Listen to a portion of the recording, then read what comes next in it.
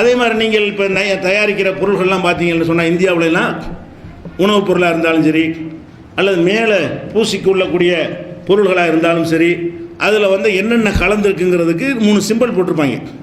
பச்சை போட்டிருந்தாங்கன்னா ஒரு சதுரம் போட்டு நடுவில் பச்சையாக ஒரு சீல் வச்சுருப்பாங்க. இந்த நகை அளவுக்கு அது சீல் எல்லா பொருளையும் பிஸ்கட் எடுத்தாலும் இருக்கும், பேஸ்ட் எடுத்தாலும் இருக்கும், சோப்பு எடுத்தாலும் இருக்கும்.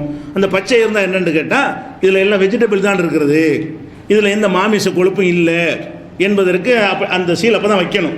அந்த ஐஎஸ்ஐ முத்திரை வாங்கும்போது அப்படி இருந்தால் தான் இந்திய கவர்மெண்ட்டில் அனுமதிப்பாங்க.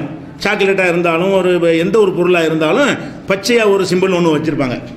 அடுத்து என்ன வச்சுருப்பாங்கன்னா சிகப்பு போட்டிருந்தாங்கன்னா இதில் வந்து நான்வெஜ் இருக்கிறது, மிருகத்தினுடைய கொழுப்போ அல்ல இறைச்சியோ அதனுடைய சம்பந்தப்பட்ட விஷயங்கள் அது கலந்துருக்கிறது அப்படின்னு காட்டுவதற்கு என்ன சீல் போடணும்? சிகப்பு கலர் போடணும். அப்படி இல்லாமல் எந்த பொருளும் வர்றது கிடையாது. பேக்கிங் செய்யப்பட்ட எந்த பொருளாக இருந்தாலும் குடிசை தொழிலில் செய்கிற பொருள்களில் இருக்காது. கம்பெனிகளில் தயாரிக்கிற எந்த பொருளாக இருந்தாலும் இது சட்டம் கண்டிப்பாக போடணும். போடாட்டி விற்கக்கூடாது கடையிலேயே. அதுக்கப்புறம் என்னென்னா ப்ரௌன் ஒன்று போடுவாங்க. பச்சை ஒன்று, சிகப்பு ஒன்று, ப்ரௌன். முட்டைக்கு மட்டும் அது ப்ரௌன் போட்டால் என்னது? கேக்கிலலாம் ப்ரௌன் போட்டிருப்பான். ப்ரௌன் போட்டால் அதில் முட்டை கலந்துருக்குன்னு அர்த்தம். அப்போ ப்ரௌன் போட்டாங்க, எந்த கேக் எடுத்தாலும் அதில் ப்ரௌன் கலர் போட்டு ப்ரௌன் சீல் வச்சுருப்பான். ப்ரௌன் இருந்தால் முட்டை நம்ம சாப்பிட்லான்னு முடிவு பண்ணிக்கிடுவோம். பச்சை இருந்தால் வெஜிடபிள் சாப்பிட வேணான்னு முடிவு பண்ணிக்கிடுவோம். ரெட்டு இருந்துச்சுன்னு சொன்னால் இவன் என்ன ஹலாலான பொருளை போட்டானா, ஆட்டையே போட்டால் கூட அறுத்து போட்டானா, அடித்து போட்டானா நமக்கு தெரியாது.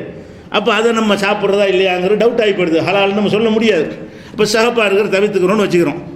இது வந்து இப்போ எல்லாரும் விளங்கி அதை நம்மளும் அமுல்படுத்தி கொண்டு இருக்கிறோம். எல்லா முஸ்லீம்களும் என்ன செய்கிறாங்க? அந்த சிகப்பு போட்டால் வேணான்றாங்க. சிகப்புன்னா என்னத்தை கலந்தான்? மிருக கொழுப்பு கலந்துருக்கு, மிருகத்தினுடைய ஏதோ ஒரு பாகம் அதில் சேர்ந்துருக்குது, அது வேண்டாம் என்று என்ன செய்கிறோம்? முடிவு எடுத்துகிறோம். இவங்க என்ன செய்கிறாங்கன்னு கேட்டால் அது தேவையில்லையா. எப்படி சோப்பு தயாரிக்கிறாங்கல்ல, சோப்பு தயாரிக்கிறதுல அந்த கரைசல் தோப்பு காய்ச்சிக்கிட்டு இருக்கிறாங்க. காய்ச்சிக்கிட்டு இருக்கும்போது ஒரு நாய் வந்து அதில் விழுந்துருச்சு.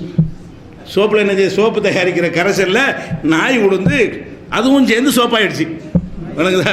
ஆயிரமா இல்லையா? அதுவும் சேர்ந்து வெந்து அதுவும் சோப்போட சோப்பாகி அப்படி ஆகிவிட்டது என்று சொன்னால் அது மனுஷனை அதில் விழுந்து யாரும் பார்க்காம அவனை யாரும் தூக்காம அவனு வெந்து போய் கரைஞ்சி போய் சோப்போட சோப்பு ஆகிட்டான்னு வைங்க.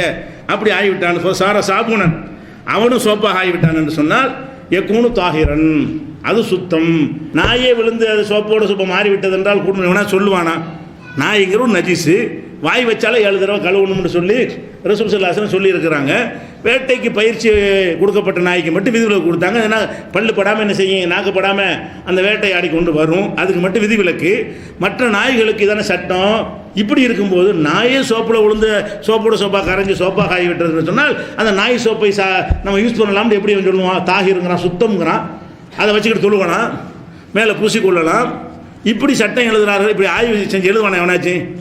இப்போ என்ன செய்வீங்க? நஜீஸ் தூக்கி எறிஞ்சிட்டு போட, வேறு வாங்கிட்டு போக வேண்டியது தானே, அதையும் நீ யூஸ் பண்ண சொல்கிறேன். அப்போ இந்த மாதிரியான ஒரு ஆய்வு குறைந்தவர்களாக இதுக்கு ஹதீஸும் கிடையாது, குர்ஆன் ஆயத்தும் கிடையாது இப்படி செய்வதற்கு. இப்படி எல்லாம் சட்டம் எழுதி வைத்திருக்கிறார்கள். அதே மாதிரி ஒருத்தன்